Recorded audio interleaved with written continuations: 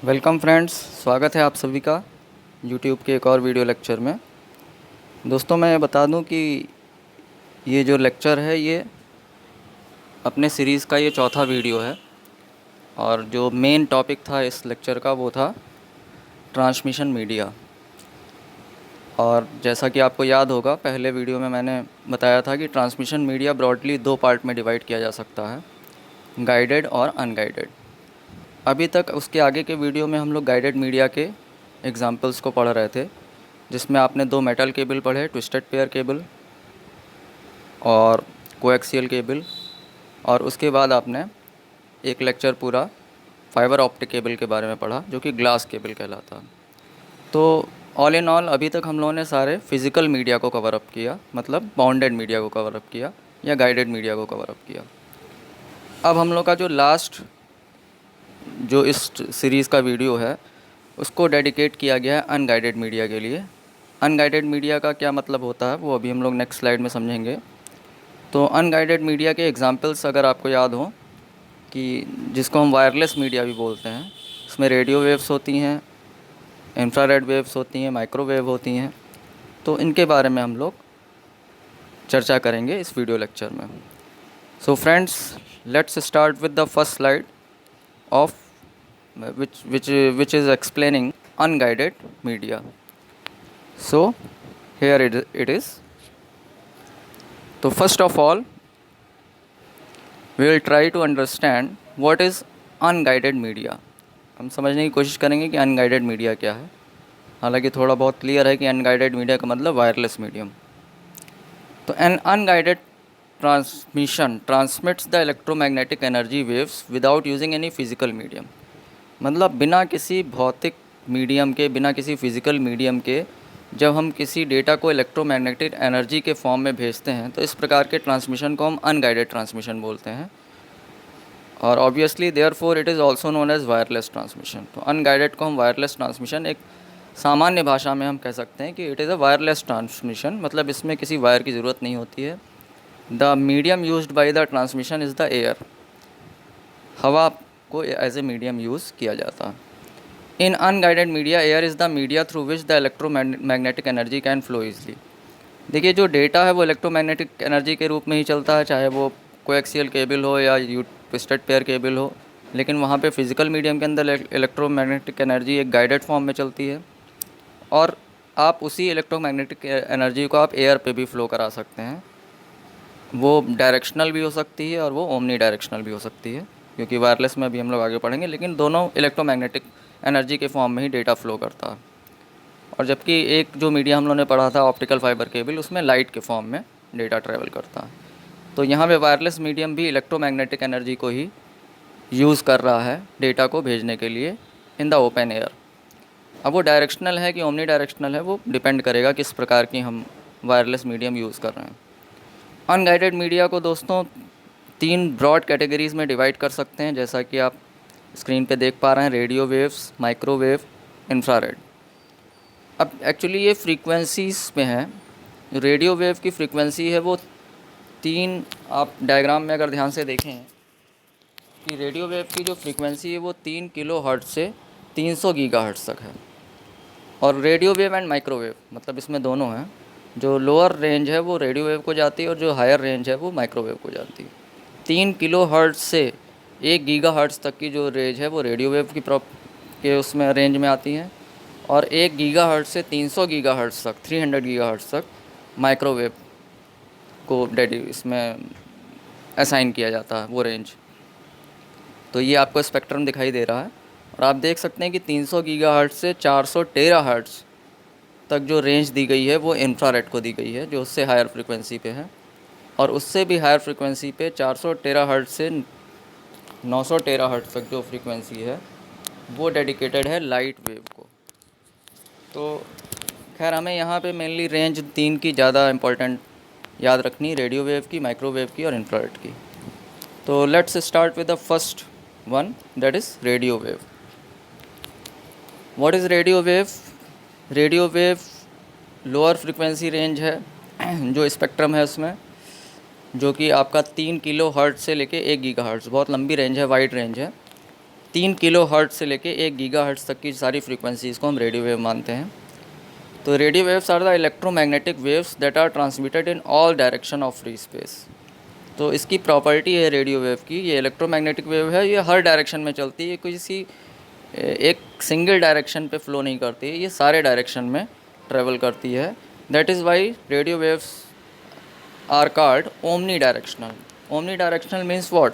The signals are propagated in all the directions. Signals जहाँ से generate होते हैं वो चारों तरफ एक रेडियस में अपने फैलते हैं और चारों तरफ रिसीव होते हैं। जैसे हम लोग मोबाइल नेटवर्क रिसीव करते हैं, तो मोबाइल नेटवर्क का जो एंटीना है वो इसी तरीके से ओमनी डायरेक्शनल वेव जनरेट करता है और उस रेंज में जो भी आता है वो उसको रिसीव करता है। कोई लाइन ऑफ साइट बनाने की ज़रूरत नहीं होती। The range in frequencies of radio wave is from 3 kilo hertz to 1 giga hertz. बार बार मैं डिस्कस कर रहा हूँ कि जो 3 किलो हर्ट्ज़ से 1 गीगा हर्ट्ज़ की जो फ्रीक्वेंसी रेंज होती है उसी को हम रेडियो वेव कहते हैं।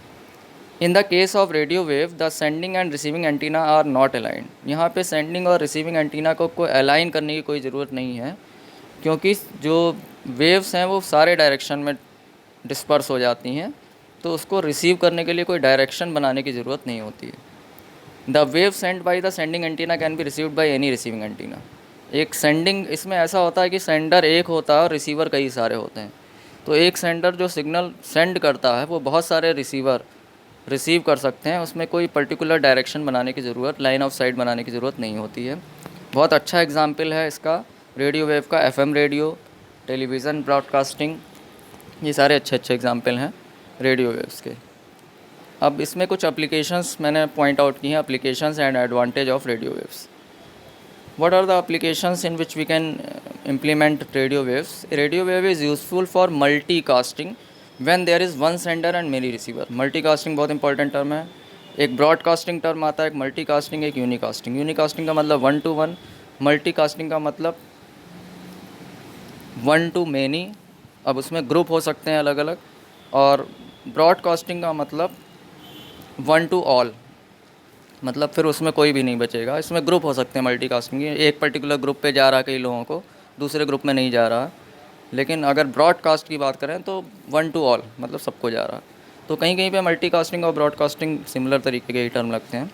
तो रेडियो वेव मल्टीकास्टिंग के लिए यूज़फुल है, जहाँ पे आप सिग्नल को एक जगह से सोर्स से सेंड करते हैं और बहुत सारे रिसीवर उसको रिसीव करते हैं। बहुत अच्छा एग्जाम्पल इसका एप्लीकेशन FM रेडियो है, टेलीविज़न है, कार्डलेस फ़ोन्स या सेलुलर फ़ोन जिनको हम बोलते हैं, ये रेडियो वेव के एग्जांपल हैं।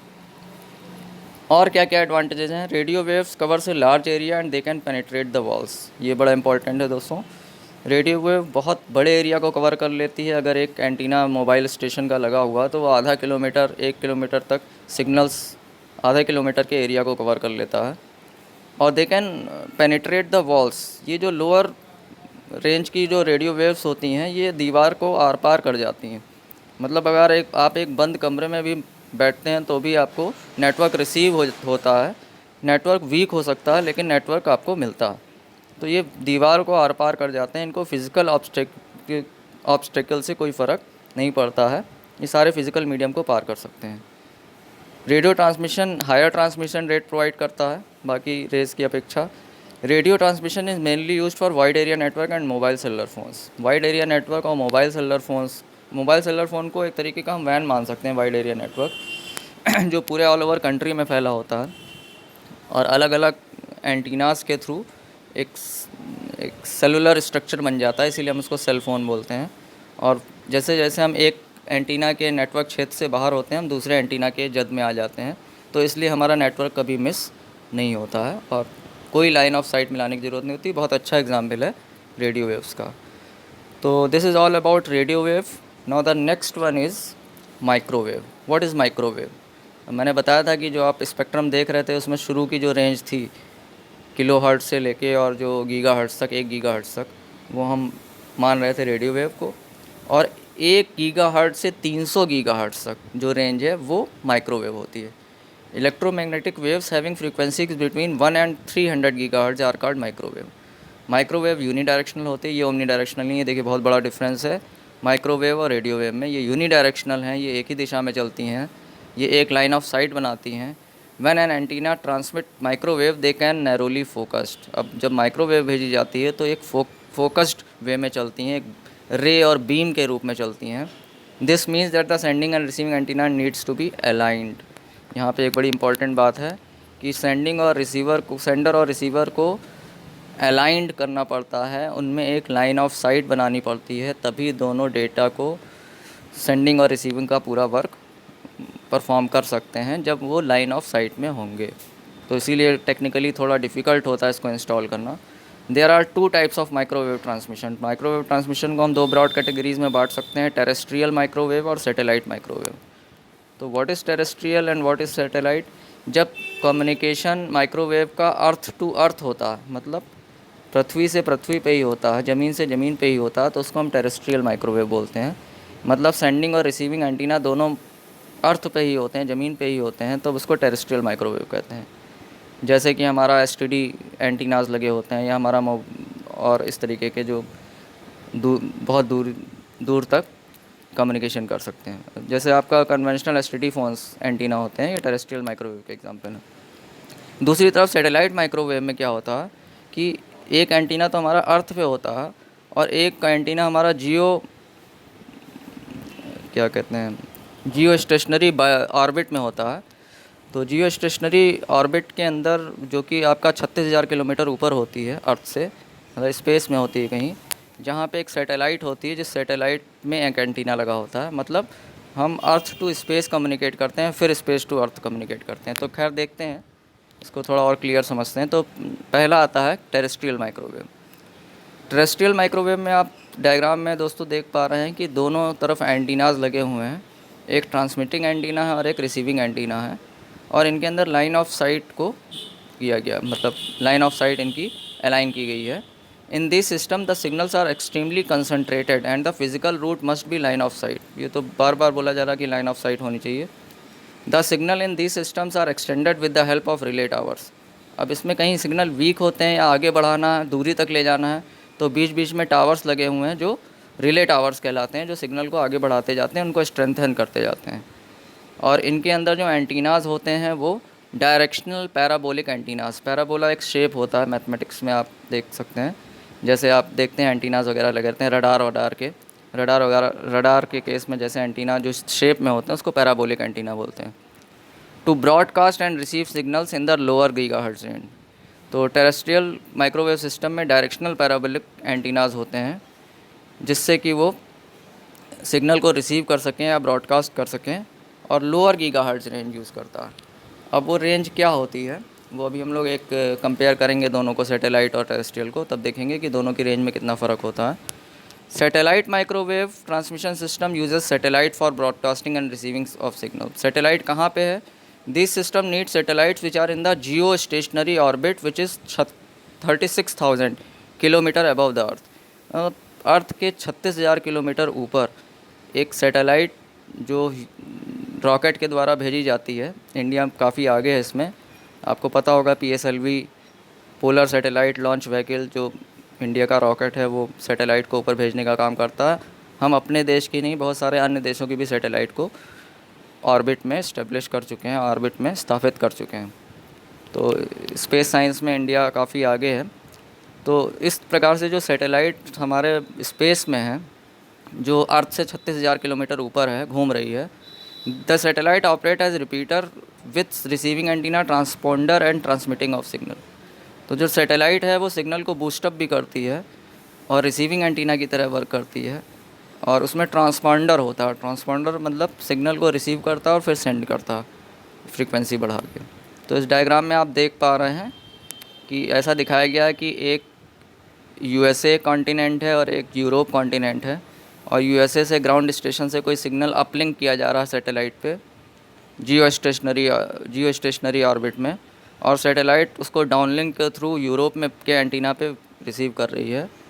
और बीच में अटलांटिक सी है, क्योंकि दोनों के बीच में कोई फिज़िकल रास्ता नहीं, बीच में बहुत बड़ा समुद्र है, अटलांटिक महासागर वो ओशियन दिखाई दे रहा है। तो इसका मतलब सैटेलाइट के थ्रू बहुत ईजिली दो कॉन्टिनेंट आपस में कम्युनिकेट कर पा रहे हैं। अदरवाइज़ या तो हमें समुद्र के रास्ते केबल वगैरह डालना पड़ेगा अगर हम ऑप्टिकल फाइबर से करना चाहें, तो बहुत लंबी दूरी है और उसमें, लेकिन इसमें सैटेलाइट के थ्रू आप अर्थ के किसी भी पार्ट को रीच कर सकते हैं। इसीलिए सैटेलाइट फ़ोन जो होते हैं वो अलग प्रकार के होते हैं, जो सैटेलाइट को कनेक्ट करते हैं।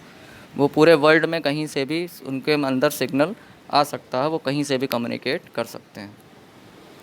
क्योंकि सेलुलर फ़ोन की तो अपनी एक लिमिट होती है कि टावर जहाँ तक है वहीं तक सिग्नल जाएगा, लेकिन सैटेलाइट फ़ोन की कोई लिमिट नहीं होती है। तो this is all about satellite microwave. अब देखिए दोस्तों, यहाँ पे एक टेबल में मैंने सैटेलाइट माइक्रोवेव और टेरेस्ट्रियल माइक्रोवेव को कंपेयर किया है, तो वन बाय वन समझ लेते हैं। फ्रीक्वेंसी रेंज जो टेरेस्ट्रियल माइक्रोवेव की होती है वो 4 गीगाहर्ट्ज़ से 6 गीगाहर्ट्ज़ होती है। दूसरी तरफ सैटेलाइट माइक्रोवेव की थोड़ी सी ऊपर होती है, 11 गीगाहर्ट्ज़ से 14 गीगाहर्ट्ज़। दोनों यूनिडायरेक्शनल होते हैं, इसमें कोई फ़र्क नहीं है। दोनों लाइन ऑफ साइट पे चलते हैं, इसमें कोई फ़र्क नहीं है। दोनों के अंदर एटेन्यूएशन होता है, लेकिन एटेन्यूएशन में क्या फ़र्क आता है, जैसे टेरेस्ट्रियल माइक्रोवेव सिस्टम में attenuation mainly depends on frequency and signal strength. Signal की स्ट्रेंथ क्या है, पावर क्या है, फ्रीक्वेंसी क्या है, इस पर डिपेंड करता है। Attenuation is generally affected by the frequency and power. यहाँ पे भी लगभग वही बात बोलेगी, फ्रीक्वेंसी और पावर पे डिपेंड करता है। लेकिन सैटेलाइट माइक्रोवेव ट्रांसमिशन में अफेक्टेड होता है हैवी रेन या फॉग में भी एटेन्यूएशन की प्रॉब्लम यहाँ पे आती है। बहुत तेज़ बारिश हो रही हो या बहुत कोहरा हो तो उस जगह पे सैटेलाइट माइक्रोवेव कम्युनिकेशन में एटेन्यूएशन आता है और कभी कभी सिग्नल जीरो हो जाता है।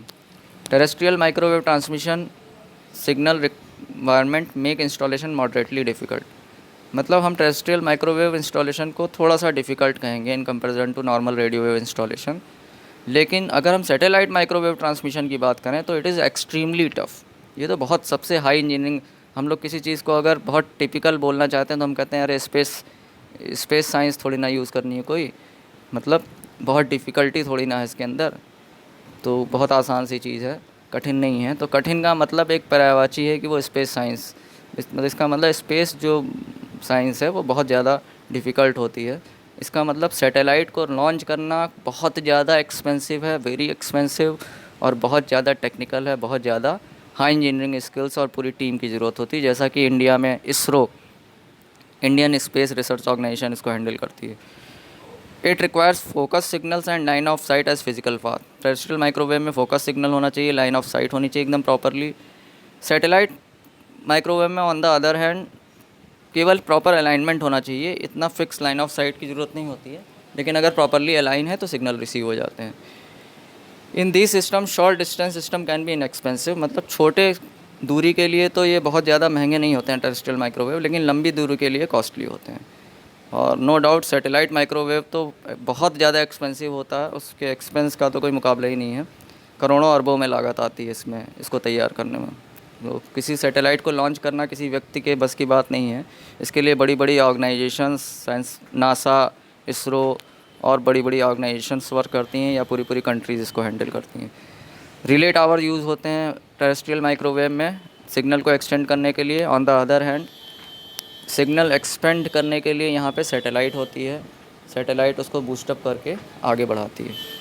तो ये था दोस्तों टेरेस्ट्रियल माइक्रोवेव और सैटेलाइट माइक्रोवेव में जो कुछ डिफरेंस आपने देखे यहाँ पे। और अब आ जाते हैं यहाँ के लास्ट टॉपिक पे, वायरलेस कम्युनिकेशन के, जो कि इंफ्रारेड कम्युनिकेशन है। अब जो दोस्तों रेंज बच रही थी वो रेंज इसी को डेडिकेटेड है, जो स्पेक्ट्रम है। Infrared waves with frequency from 300 GHz to 400 THz can be used for short range communication. Infrared wave का बहुत अच्छा एग्जांपल रिमोट कंट्रोल है, जो लाइन ऑफ साइट बनाता है। Infrared wave having high frequencies can not penetrate wall, ये दीवार को आर पार नहीं कर पाती, और ये इसका एडवांटेज हो जाता है। इसलिए हो जाता है कि अगर एक रूम के अंदर कोई इंफ्रारेड कम्युनिकेशन चल रहा है तो वो दूसरे रूम को के अंदर नहीं जा पाता, दूसरे रूम के सिग्नल को डिस्टर्ब नहीं कर पाता। तो यही लिखा हुआ है कि ये एडवांटेज है कि ए short range communication system in one room can not be affected by another system in the next room. अब एप्लीकेशंस क्या क्या हैं। इंफ्रारेड बैंड जो लगभग 400 THz पे होता है, जो इसकी एकदम मैक्सिमम रेंज है, has an excellent potential for data transmission. यहाँ पे डेटा ट्रांसमिशन बहुत अच्छी स्पीड में हो जाता है, तो इतनी वाइड बैंडविड्थ मिलती है कि हम डिजिटल डेटा को बहुत हाई स्पीड में ट्रांसमिट कर सकते हैं, हाई डेटा रेट अचीव कर सकते हैं। अब इसकी पूरी एक एसोसिएशन बनी होती है, एसोसिएशन है जिसका नाम है इंफ्रारेड डेटा एसोसिएशन। तो ये एसोसिएशन क्या करती है, वो स्टैंडर्ड बनाती है कम्युनिकेशन करने के लिए। इंफ्रारेड के थ्रू जो भी डिवाइसेस कम्युनिकेट करती हैं उनके लिए स्टैंडर्ड तय करती है, जैसे कि infrared keyboard, infrared mouse, infrared printers, etc. etc. Infrared signals can be used for short range communication in a closed area using line of sight propagation. तो ऑल इन ऑल अगर हम बात करें कि इंफ्रारेड सिग्नल क्या है, तो infrared signal short range communication के लिए यूज़ हो सकता है एक बंद एरिया में, क्लोज्ड एरिया में, रूम के अंदर, और जिसमें हमें लाइन ऑफ साइट बनाना पड़ेगा। लाइन ऑफ साइट के थ्रू हम इंफ्रारेड के थ्रू आपस में कम्युनिकेट कर सकते हैं। और भी कुछ शॉर्ट रेंज वेव्स होती हैं। तो फ़िलहाल जो 3 इंपॉर्टेंट अनगाइडेड मीडिया थे वो हम लोगों ने इस वीडियो में कवर अप किए, जिसमें पहला रेडियो वेव, दूसरा माइक्रोवेव और तीसरा इंफ्रारेड। रेडियो वेव की जो रेंज होती है वो किलोहर्ट्ज़ से लेके 1 गीगाहर्ट्ज़ तक होती है। फिर 1 गीगाहर्ट्ज़ से लेके बाकी पूरी रेंज माइक्रोवेव को डेडिकेटेड है। और उसके ऊपर की मतलब 300 गीगाहर्ट्ज़ तक, 1 गीगाहर्ट्ज़ से लेके 300 गीगाहर्ट्ज़ तक माइक्रोवेव को डेडिकेटेड है। उसके ऊपर की 300 गीगाहर्ट्ज़ से 400 टेराहर्ट्ज़ तक इंफ्रारेड। तो this is all about unguided media, unbounded media और वायरलेस मीडियम। तो आई होप कि आपको ये समझ में आया होगा। और इस सेशन को हम लोग यहाँ पे एंड करते हैं दोस्तों। In this session we have gone through all the examples of unbounded media और उसकी कैरेक्टरिस्टिक स्टडी की, उनके बारे में स्टडी किया। In next session we will explore OSI model, बहुत इंपॉर्टेंट मॉडल है, इसको हम लोग नेक्स्ट सेशन में डिस्कस करेंगे। और मैं ये साथ ही साथ बता दूँ कि ये जो आप टॉपिक्स पढ़ रहे हैं ये आपको 2 पेपर में काम आएंगे। एक जो आपका सेकंड पेपर है वेब डिज़ाइनिंग का, internet technology and web designing, और एक जो आपका 4th पेपर है ICT रिसोर्सेज। इन दोनों पेपर्स में नेटवर्किंग का पार्ट है। दोनों में सेम क्वेश्चन पूछे जाते हैं। तो नेटवर्किंग मॉड्यूल आपको, जिन लोगों ने 2 पेपर भर रखे हैं ये दोनों, उनके लिए कॉमन है। तो इसको ज़रूर ध्यान से पढ़ें, क्योंकि ये क्वेश्चन से आपको बेनिफिट ये मिल रहा है कि आप एक बार पढ़ने के बाद 2 पेपर में इसका इस्तेमाल कर पाएंगे और दोनों पेपर में आपको नंबर गेन करने का मौका मिलेगा। इसको आप ज़रूर डेप्थ में पढ़ें। Like, share, subscribe and comment video.